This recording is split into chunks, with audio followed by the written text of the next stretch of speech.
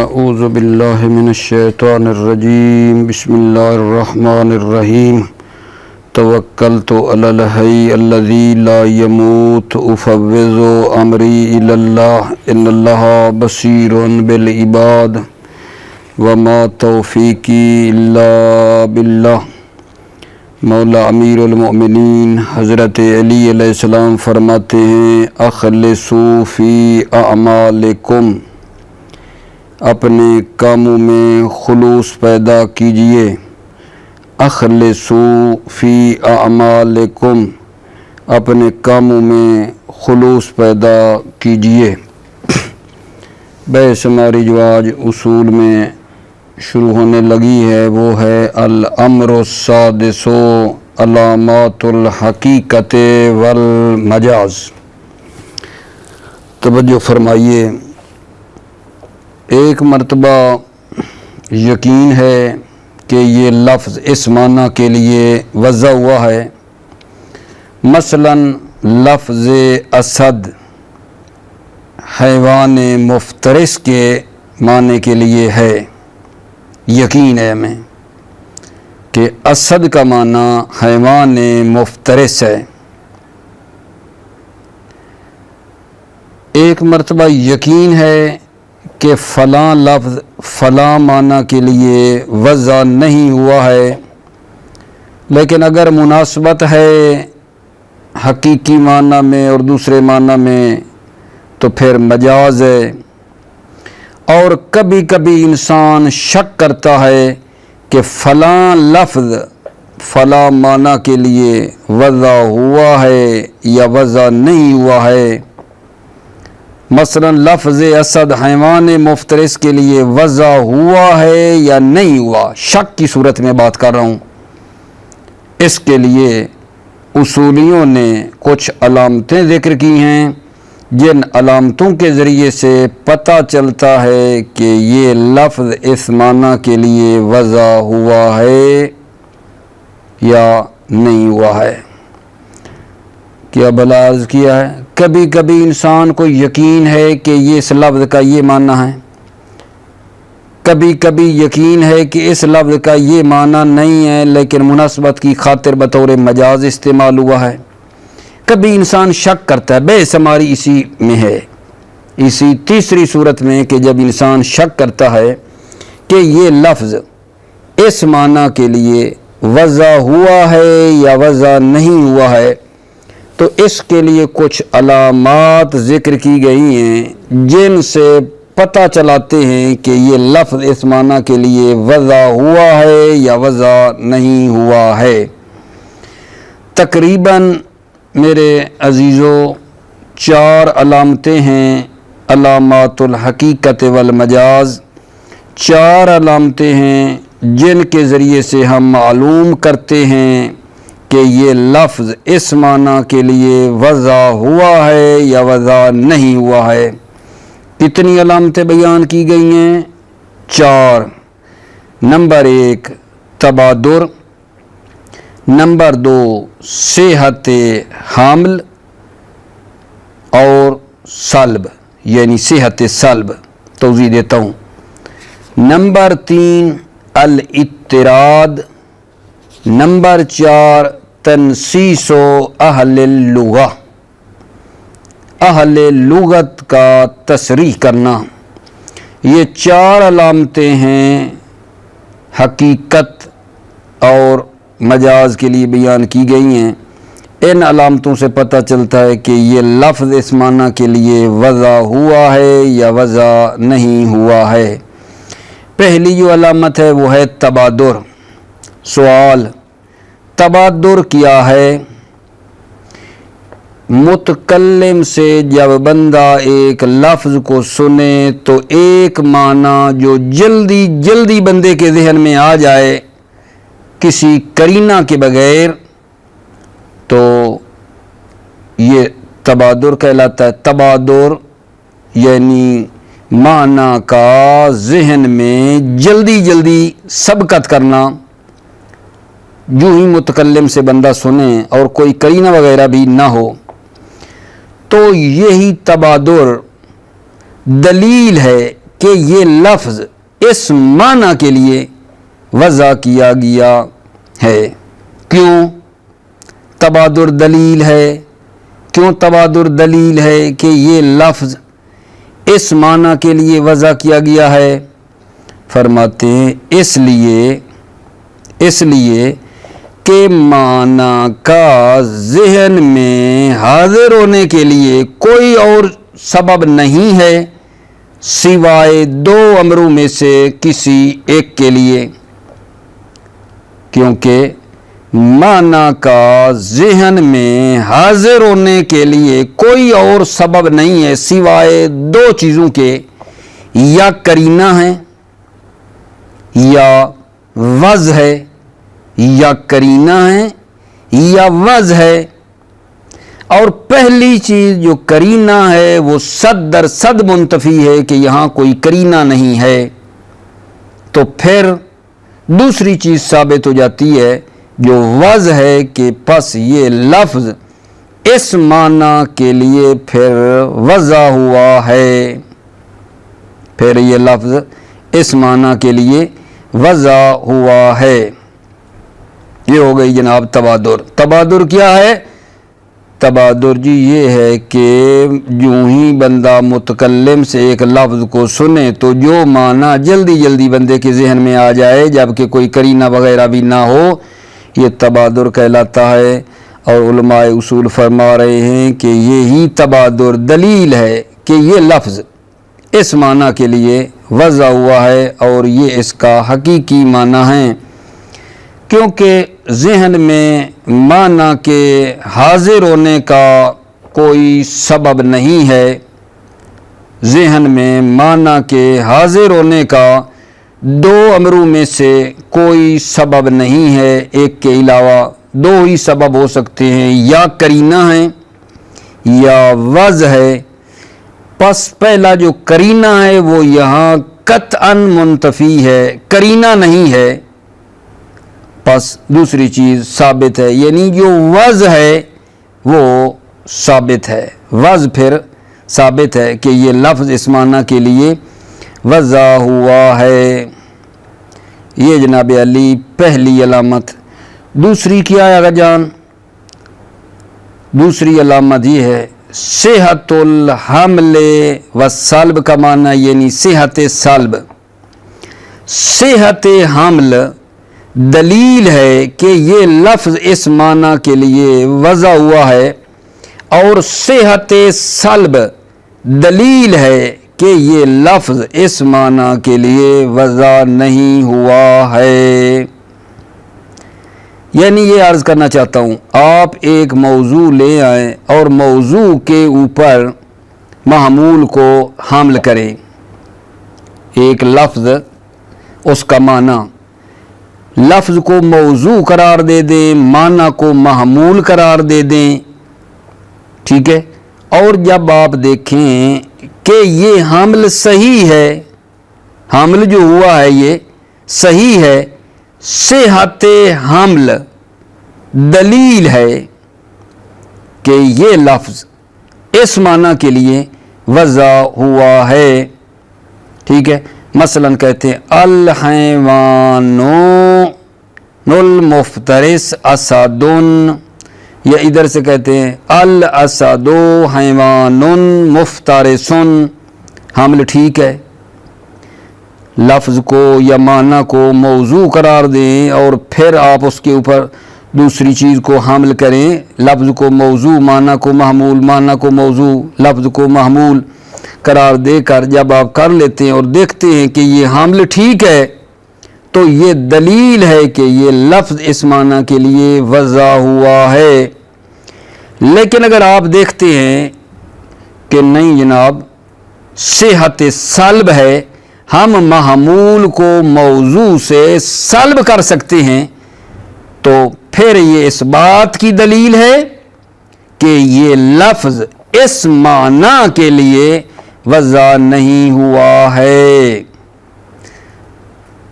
اگر حمل صحیح ہو تو یہ دلیل بنتی ہے کہ یہ لفظ اس معنی کے لیے وضع ہوا ہے، لیکن اگر سلب صحیح ہو، ٹھیک ہے، تو پھر اس کا مطلب یہ ہے کہ یہ لفظ اس معنی کے لیے وضع نہیں ہوا ہے، ٹھیک ہے۔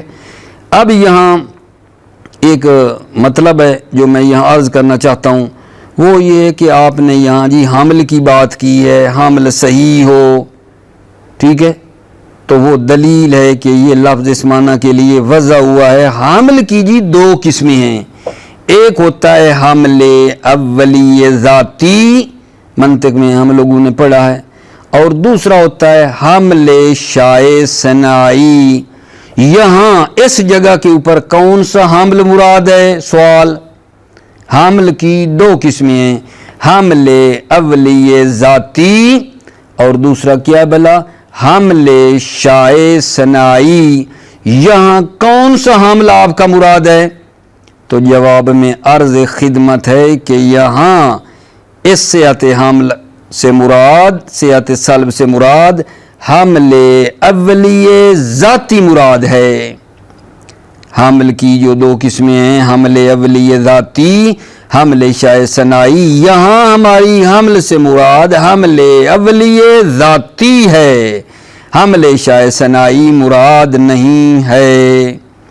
سوال پھر آگا جان، حمل اولی کسے کہتے ہیں اور حمل شائع صناعی کسے کہتے ہیں؟ جواب، حمل اولی یہ ہوتا ہے کہ موضوع اور محمول میں مفہوم کے لحاظ سے اتحاد ہے، موضوع اور محمول میں مفہوماً اتحاد ہے، اور جو تغیر ہے موضوع اور محمول میں وہ اعتباری ہے، یعنی اجمال اور تفصیل کا ہے، تو اس کو حمل اولی ذاتی کہتے ہیں۔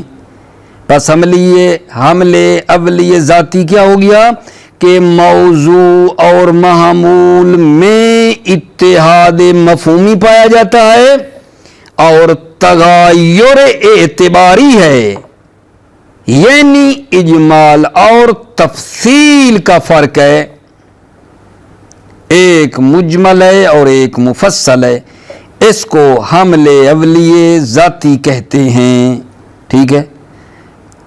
اچھا جی، حمل شائع صناعی کسے کہتے ہیں؟ جب موضوع اور محمول میں مفہوم کے لحاظ سے تغیر ہو، موضوع اور محمول کا معنی ایک دوسرے سے جدا جدا ہو لیکن مصداقاً اتحاد ہو، مصداق میں ایک ہیں خارج میں لیکن معنی الگ الگ ہے، اس کو حمل شائع صناعی کہتے ہیں۔ پس حمل کی دو قسمیں، حمل اولی کی بھی تعریف کر دی، حمل شائع کی بھی تعریف کر دی، اور مراد جو یہاں اس دوسری علامت میں ہے صیغۃ حمل، صیغۃ سلب، ٹھیک ہے۔ یہ جو حمل کی بات ہوئی ہے یہاں اس جگہ پہ ہماری مراد حمل اولی مراد ہے، ٹھیک ہو گئے میرے عزیز بھائیو بات ہماری۔ ہم امر سادس میں یہ پڑھنے لگے ہیں کہ علامات الحقیقت والمجاز، اور مقدمتاً میں نے عرض کیا ہے کہ کبھی کبھی بندے کو یقین ہے کہ یہ لفظ اس معنی کے لیے وضع ہوا ہے، اور کبھی کبھی بندے کو یقین ہے کہ اس لفظ کا یہ معنی نہیں ہے، اور کبھی شک ہے، بحث ہماری شک میں ہے۔